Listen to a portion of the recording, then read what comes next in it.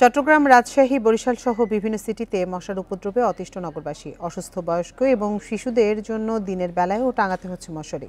City কর্পোরেশনের উদাসীনতা ও মশা নিধন কার্যক্রমে স্থবিরতাকে দুষছেন স্থানীয়রা। বর্ষা মৌসুমে ডেঙ্গুর প্রকোপ বেড়ে যাওয়ার আশঙ্কা তাদের।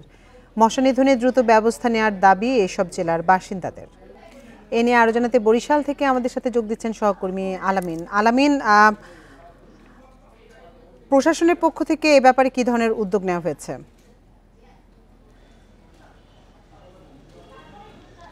দেখুন, এই মশার যে উপদ্রব সেটি কিন্তু দীর্ঘদিনের একটি সমস্যা। এটি কিন্তু আসলে যখন শীত ছিল, তীব্র শীত ছিল, তখনও কিন্তু এই মশার উপদ্রব বেশি ছিল এবং এখন কিছুটা গরম পড়েছে, তারপরও কিন্তু মশার উপদ্রব কমছে না। সেক্ষেত্রে যেটি বলা হচ্ছে যে বরিশাল নগরীর 30টি ওয়ার্ডে সিটি কর্পোরেশনের পক্ষ থেকে যে ধরনের ওষুধ রয়েছে, ফগার মেশিনের মাধ্যমে, হ্যান্ড স্প্রের মাধ্যমে তারা ওষুধ ছিটাচ্ছে, কিন্তু আসলে নগরীর চিত্রটা কিন্তু ভিন্ন। সিটি কর্পোরেশনের দাবি হচ্ছে যে তারা এই ওষুধের মাধ্যমে মশা নিধন করতে সক্ষম হচ্ছেন। তবে নগরবাসীর যে অভিযোগ, তারা যেটি বলছেন যে আসলে ওষুধ ছেটানোর পরেও কিন্তু আসলে মশা নিধন হচ্ছে না। তারা যেটি বলছেন যে আসলে এই মশার জন্য কয়েল জ্বালিয়ে তাদেরকে রাখতে হচ্ছে, অনেক সময় মশারি টানিয়ে রাখতে হচ্ছে। যেহেতু অনেক বাসাতেই আসলে শিশুরা থাকে, সেক্ষেত্রে কিন্তু অনেক শিশু কিন্তু এই মশার কামড়ে আক্রান্ত হচ্ছেন এবং অনেক সময় জ্বরে আক্রান্ত হচ্ছেন।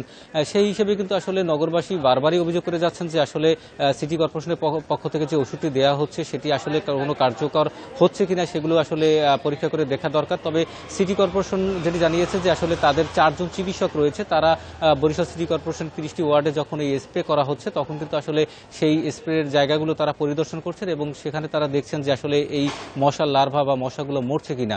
এবং তাদের দাবি হচ্ছে যে সেখানে 90% মশা কিন্তু এই ওষুধে নিধন হচ্ছে। তবে আমরা যেটি দেখেছি যে এখনো সিটি কর্পোরেশনের বেশ কিছু এলাকা রয়েছে, যেসব এলাকায় যে আনাচে কানাচে যে এলাকাগুলো রয়েছে সেই সব জায়গায় কিন্তু ময়লার স্তূপ জমে থাকে এবং বাসাবাড়ির আশেপাশে ময়লার স্তূপ থাকার কারণে কিন্তু আসলে মশার উপদ্রবটা বেশি। এছাড়া যে জমে থাকা যে পানিগুলো রয়েছে সেখানেও কিন্তু আসলে মশার লার্ভা দেখা গেছে এবং সেগুলো কিন্তু আসলে নিধনের জন্য সিটি কর্পোরেশন বলছে যে যারা এলাকাবাসী রয়েছে তারা যদি সচেতন না হয় সেক্ষেত্রে কিন্তু আসলে এই মশা নিধন করা সম্ভব না। অর্থাৎ যারা এই বাসাবাড়ির আশেপাশে ময়লা ফেলছেন সেই ময়লাগুলো যাতে আশেপাশে না ফেলে তারা যাতে সিটি কর্পোরেশনের যে নির্দিষ্ট স্থান রয়েছে এবং যে গাড়িগুলো রয়েছে সেখানে যাতে ময়লা ফেলেন, সেই ক্ষেত্রে কিন্তু তারা সচেতনতা বৃদ্ধির কথা বলছেন। তবে নগরবাসীর যে অভিযোগ হয়েছে যে আসলে এটি কিন্তু সন্ধ্যার পরে আসলে পরিষ্কার করার একটি কথা থাকে, কিন্তু অনেক সময় দেখা যায় যে অলিতে গলিতে এই ময়লাগুলো পরিষ্কার করা হচ্ছে না, তার ফলে কিন্তু আসলে এই ময়লাগুলো জমে কিন্তু আসলে ময়লার ভাগারে পরিণত হয় এবং মশারও কিন্তু উপদ্রব সৃষ্টি হয়।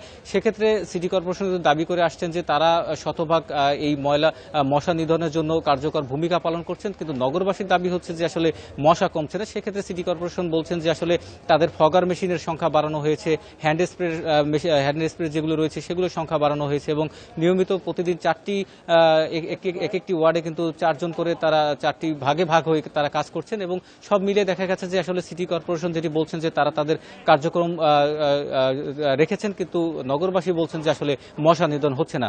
তো এই ছিল আমার কাছে বরিশাল থেকে। বরিশাল থেকে জানাচ্ছিলেন সহকর্মী আলামিন।